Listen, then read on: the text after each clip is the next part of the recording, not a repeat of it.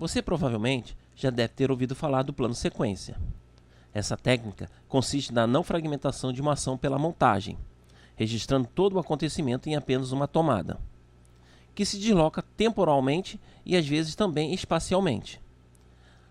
Na história do cinema, um dos principais entusiastas do plano sequência foi André Bazin, crítico e teórico do cinema. Ele defendia uma ideia de realismo cinematográfico que poderia ser alcançado por algumas técnicas, como a grande profundidade de campo, que é o foco nítido em todas as camadas de um plano, e o plano sequência, que seria uma escapatória ao que ele intitula uma montagem proibida. Para Bazin, essas duas técnicas de virtudes realistas dariam ao olhar do espectador a liberdade para perscrutar o real, em sua pulsante e contraditória imanência. Dessa forma, a montagem não fragmentaria o real e nem induziria o espectador a uma leitura unilateral do mundo para além da teoria. Muitas produções se desafiarão nas realizações em plano sequência, e até mesmo grandes diretores encontraram na tecnologia uma barreira comum. Se pensarmos que no período do cinema analógico, o tempo limite de gravação de um take era o tamanho do filme negativo. Em um negativo de 1000 pés, cerca de 300 metros, registrava apenas 11 minutos.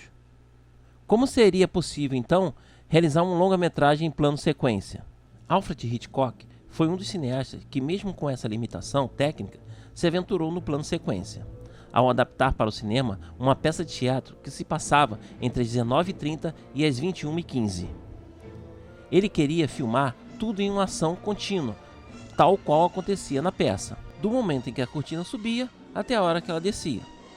Hitchcock rompe então com a sua tradição e renega as suas teorias de fragmentação do filme, e apresenta em 1948 Festim Diabólico, um longa-metragem que simula o plano sequência. Isso mesmo, apenas simula. Para driblar as limitações dos 11 minutos do negativo, Hitchcock escondeu os cortes entre os rolos com uma técnica intitulada Brooklyn.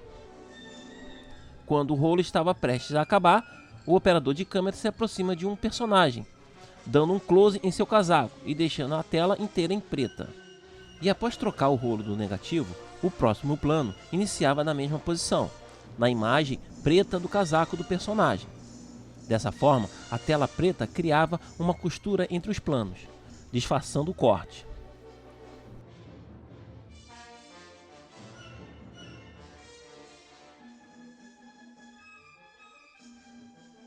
Ao todo, foram 10 dias de ensaios com a câmera, atores e iluminação, 18 dias de gravação e 9 dias de refilmagens. Tudo foi milimetricamente planejado. O chão tinha diversas marcações numeradas e o operador de câmera tinha que alinhar sua posição nos números, de acordo com os diálogos do roteiro. O cenário também era adaptado.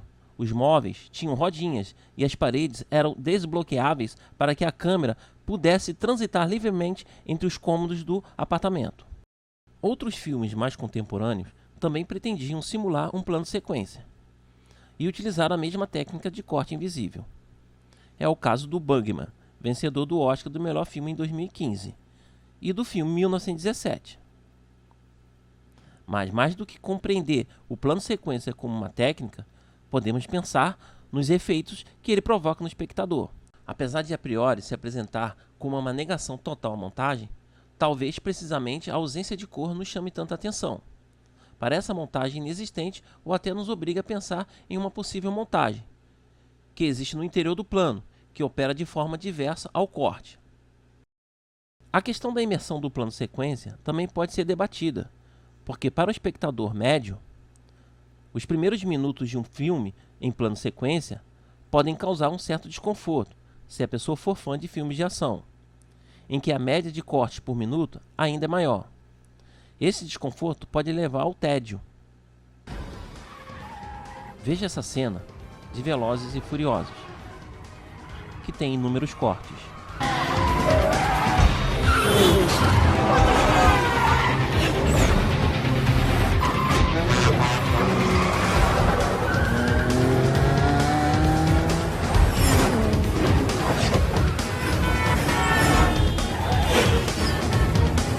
Dead man driving.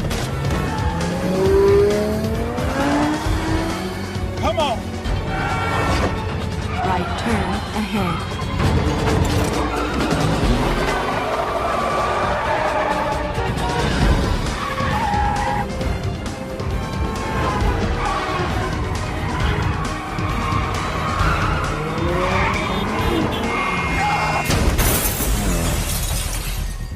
Oh, shit!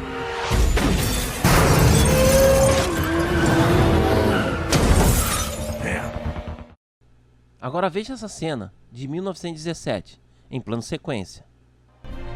No, no, no, no, no!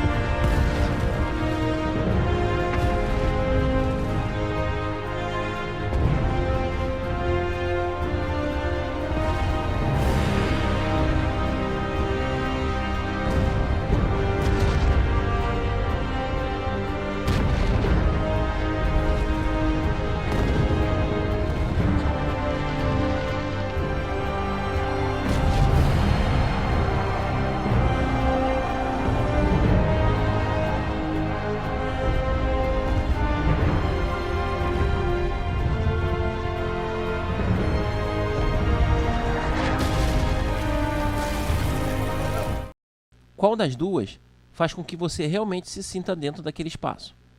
O único responsável por essa sensação é o plano sequência ou existem outros elementos que contribuem nisso? Não tem resposta certa ou errada. É a sua percepção como espectador que vale. Afinal, pode ser que a montagem acelerada com uma enxurrada de informações visuais te provoque sensação de estar inserido no caos da luta. Ou o fluxo contínuo do plano sequência, por se assemelhar à nossa forma de enxergar o mundo, nos insira virtualmente dentro daquela diegese.